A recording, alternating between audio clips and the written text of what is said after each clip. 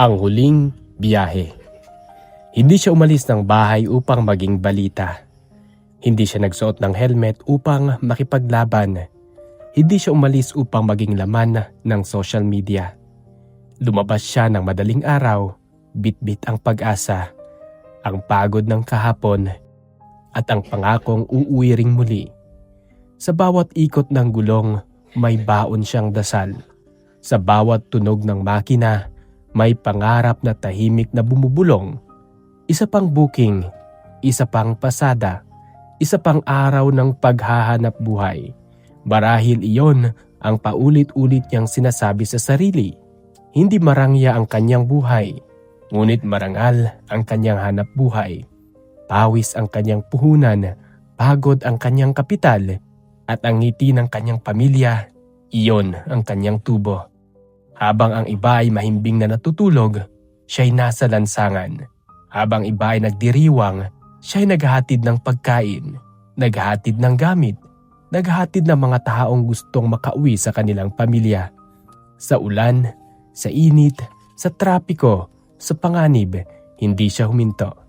Hindi rin dahil madali ang buhay, kundi dahil may mga taong umaasa sa kanya. Hindi niya kilala ang bawat pasaherong kanyang sinusundo. Hindi niya alam ang kanilang mga kwento. Ngunit bawat biyahe ay tinatrato niyang mahalaga sapagkat bawat minutong lumilipas ay katumbas ng bigas sa hapagkainan, katumbas ng bayarin sa bahay, katumbas ng gamot, katumbas ng kinabukasan. Bawat booking ay hindi lamang biyahe. Isa itong pangarap na unti-unting binubuo, ngunit may mga araw na hindi kayang hulaan ng tao. May mga umagang nagsisimula sa pag-asa, ngunit natatapos sa katahimikan. May mga paalam na akala mo'y pansamantala lamang. May mga ingat ka na yun na pala ang huling maririnig. At dumating ang araw na ang motorsiklong dati saksi sa kanyang pagsisikap ay maging tahimik. Hindi na siya nakauwi. May mga matang naghihintay sa pintuan. May mga kamay na handang yumakap. May mga pamilyang nagluto ng hapunan na hindi niya natikman. May mga salitang, "Huwag kang mag-alala, malapit na akong umuwi. Mahal na mahal ko kayo," na hindi na niya muling nasabi. At sa isang iglap, ang rider na araw-araw naghahatid ng iba pauwi, siya naman ang hindi na nakabalik sa sariling tahanan. Ngunit ang kanyang kwento ay hindi dapat matapos sa isang balita. Hindi dapat matapos sa isang minutong ulat. Hindi dapat matapos sa isang larawan at komento. Siya ay isang tao. Siya ay anak. Siya ay kaibigan. Siya ay kapatid. Siya ay ama. Isang taong may pangarap, may pangambang kinakaharap. May mga laban na tahimik nilalabanan tulad nating lahat. At ngayon, may isang upuang mananatiling walang uupo. May isang helmet na hindi na muling maisusuot. May isang motorsiklong hindi na muling aandar sa parehong paraan. At may isang pamilyang habang buhay na naghihintay sa isang taong hindi na muling makakauwi. At naway magsilbi siyang paalala na ang bawat helmet ay may mukhang naghihintay sa bahay. Ang bawat uniforme ay may pusong nagmamahal. Ang bawat rider ay may pamilyang umaasang muli siyang makakauwi at hindi sila basta rider. Hindi sila basta numero. Hindi sila basta larawan sa balita. Sila ay mga taong lumalaban para sa kanilang pamilya. Mga taong piniling harapin ang init, ulan, pagod at panganib upang maiwi lamang ang mga mahal nila sa buhay. Hindi natin kayang ibalik ang mga nawala, ngunit kaya nating alalahanin ang kanilang sakripisyo. Kaya sa tuwing maririnig mo ang ugong ng isang motorsiklo, huwag mo lamang isipin ang isang rider. Isipin mo ang isang taong lumalaban para sa pamilya, isang pusong nangangarap, isang amang nagsasakripisyo, isang anak na may inaring naghihintay, isang buhay na may halaga. At sa bawat paglalakbay, naway lagi nating piliin ang paggalang, ang kabutihan, ang pag-iingat at ang pagpapahalaga sa bawat buhay. Sapagkat ang bawat umaalis ng bahay may isang simpleng hiling. Hindi ang sumikat, hindi ang yumaman, hindi ang maging balita, kundi ang makauwi ng ligtas sa yakap ng mga taong pinakamamahal niya.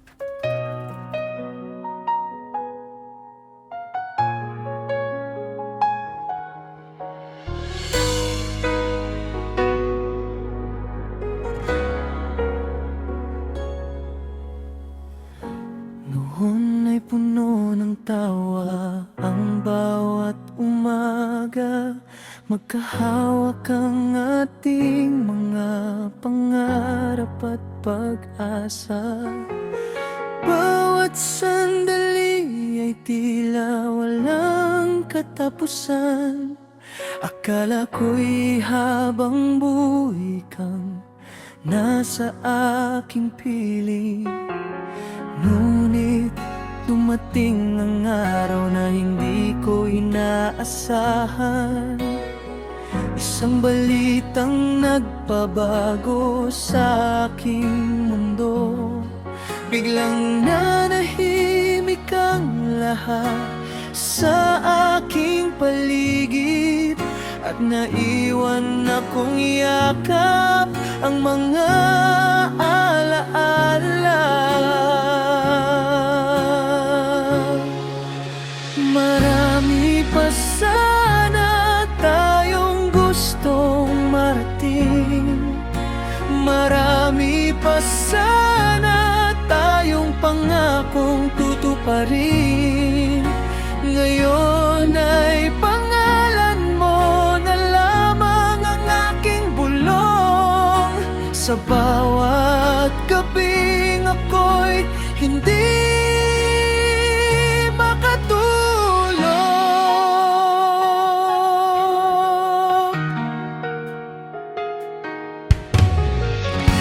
Kapag sumasayaw ang malamig na hangin, pakiramdam ko'y naririto ka pa rin. Sa bawat bituin ay hinahanap ko ang iyong ngiti.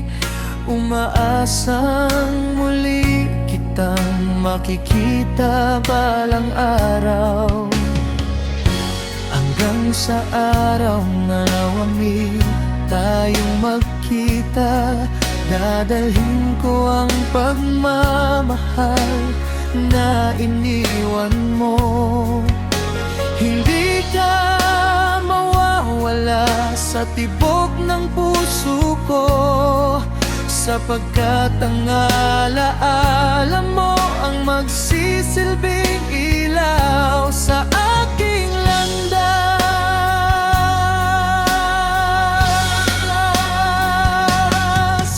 At kahit magkalayo ng ating mga mundo, mananatili kang bahagi ng bawat panalangin ko.